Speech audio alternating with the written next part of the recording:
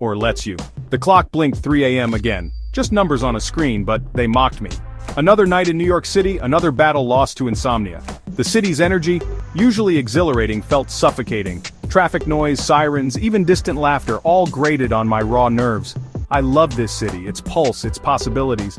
But tonight it felt like the city was consuming me, not the other way around.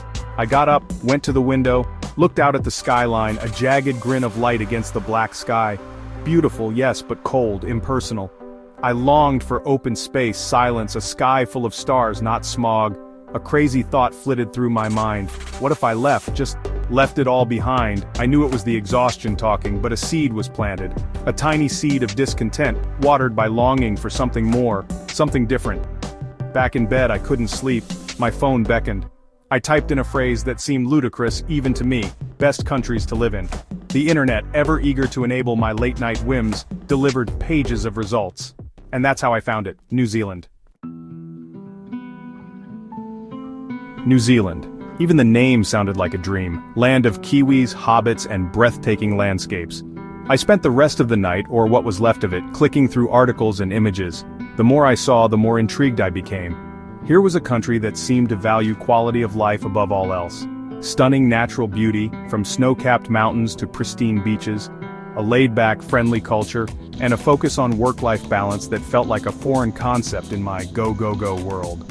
It wasn't just the scenery, though, that was certainly tempting. It was the values that resonated. Sustainability, community, a deep respect for nature. Things I longed for, but felt increasingly absent in my own life. The logical part of my brain scoffed. This was madness. I had a good job, an apartment, tiny, but it was mine, friends, a life. But another part of me, a part that had been dormant for too long, whispered, what if this is the change you need? As the city outside slowly woke up, I made a decision. I wouldn't do anything rash, not yet, but I would explore this possibility. I would research, plan, and most importantly, I would listen to that quiet voice inside me, the one that dared to dream of a different life. Auckland Airport and the first breath of New Zealand air hit me like a revelation. It was clean, crisp, subtly sweet with a hint of salt from the nearby ocean. It smelled different. Better. Already I felt lighter. Gone was the usual airport chaos. Instead, a calm efficiency reigned. Even the immigration officer greeted me with a smile and a friendly Kia aura. I'd read about the legendary Kiwi friendliness, but experiencing it firsthand was something else. Over the next few days, the cultural differences, both big and small, continued to surprise me. People said hello on the street, stopped to chat with strangers. The pace of life was slower, more deliberate. No one seemed to be in a hurry. Even a trip to the supermarket was an adventure.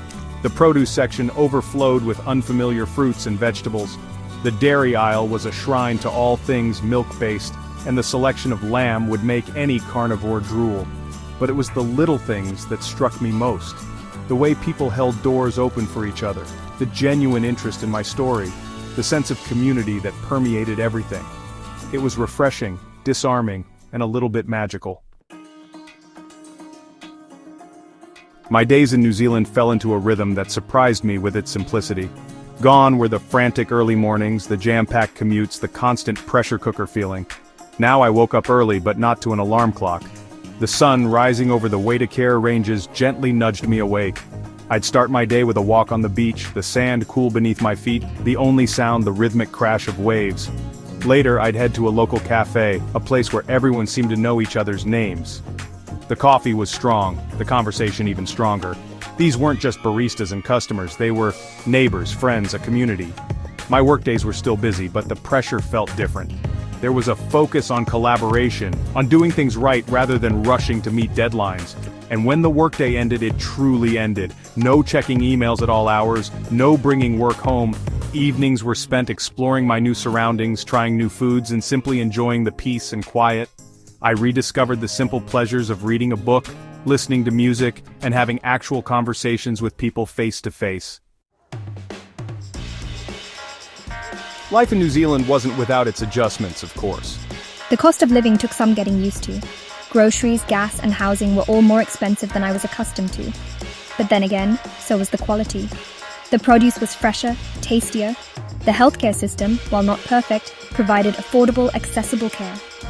And the education system, with its emphasis on creativity and critical thinking, was light years ahead of what I was used to.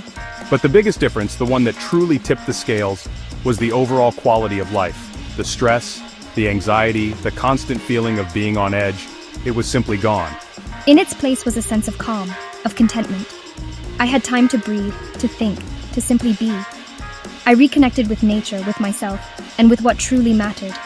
The things I had traded, material possessions, career ambition, the constant pursuit of more, seemed insignificant compared to what I had gained. Peace of mind, a sense of belonging, and a life that felt truly lived. Now, let's be clear, New Zealand is not utopia. It has its own set of challenges. The internet can be, frustratingly slow at times. The distance from family and friends back home can be tough. And yes, it rains, a lot. But for me, honestly, the benefits far outweigh the drawbacks. The rain, after all, is what gives New Zealand its lush green landscapes, and the slower pace of life, well, it forces you to slow down, to appreciate the simple things, to be present in the moment. What surprised me most was the sense of hope I found in New Zealand. A belief that things could be better, that a different way of life was possible. It wasn't just a place, it was a state of mind. It wasn't about escaping reality, it was about creating a new one where people mattered more than profits, where nature was revered, not exploited, and where life was meant to be savored, not rushed through. Was it easy? No. Leaving everything I knew behind was, honestly, the hardest thing I've ever done. There were moments of doubt, of loneliness, of wondering if I'd made the right decision. There were practical hurdles too. Visas, work permits, finding a place to live. It was a steep learning curve. And yes, there were times when I missed the buzz, the energy, the sheer possibility of New York City.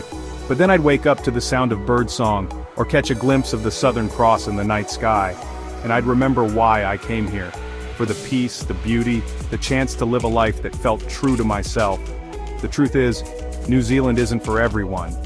It's not a place to escape your problems, it's a place to confront them, to reinvent yourself, to build a life that aligns with your values. It's a place for those who crave authenticity, who yearn for a deeper connection to nature and community, who are willing to trade the hustle and bustle for a simpler, more meaningful existence. You see, New Zealand isn't just a country on a map.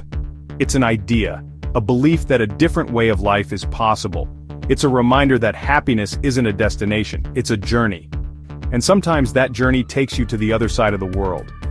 But here's the thing, you don't have to move to New Zealand to find your own version of it.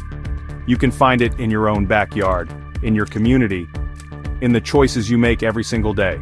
It's about slowing down, appreciating the simple things, connecting with nature and building meaningful relationships. It's about choosing experiences over possessions and living a life that feels true to you, not to someone else's definition of success. So ask yourself, what are you searching for? What brings you joy? What kind of world do you want to live in? Because the truth is, the power to create that world lies within each and every one of us. The sun is setting now, casting long shadows across the beach. The air is cool, but not cold, and the only sound is the gentle lapping of waves against the shore. It's moments like these, surrounded by such simple beauty, that I'm overwhelmed with gratitude. Gratitude for taking the leap, for embracing the unknown, for finding my own little slice of paradise. So I leave you with this. What will your move be? Will you stay on the path you're on, or will you dare to forge a new one? The choice, as always, is yours.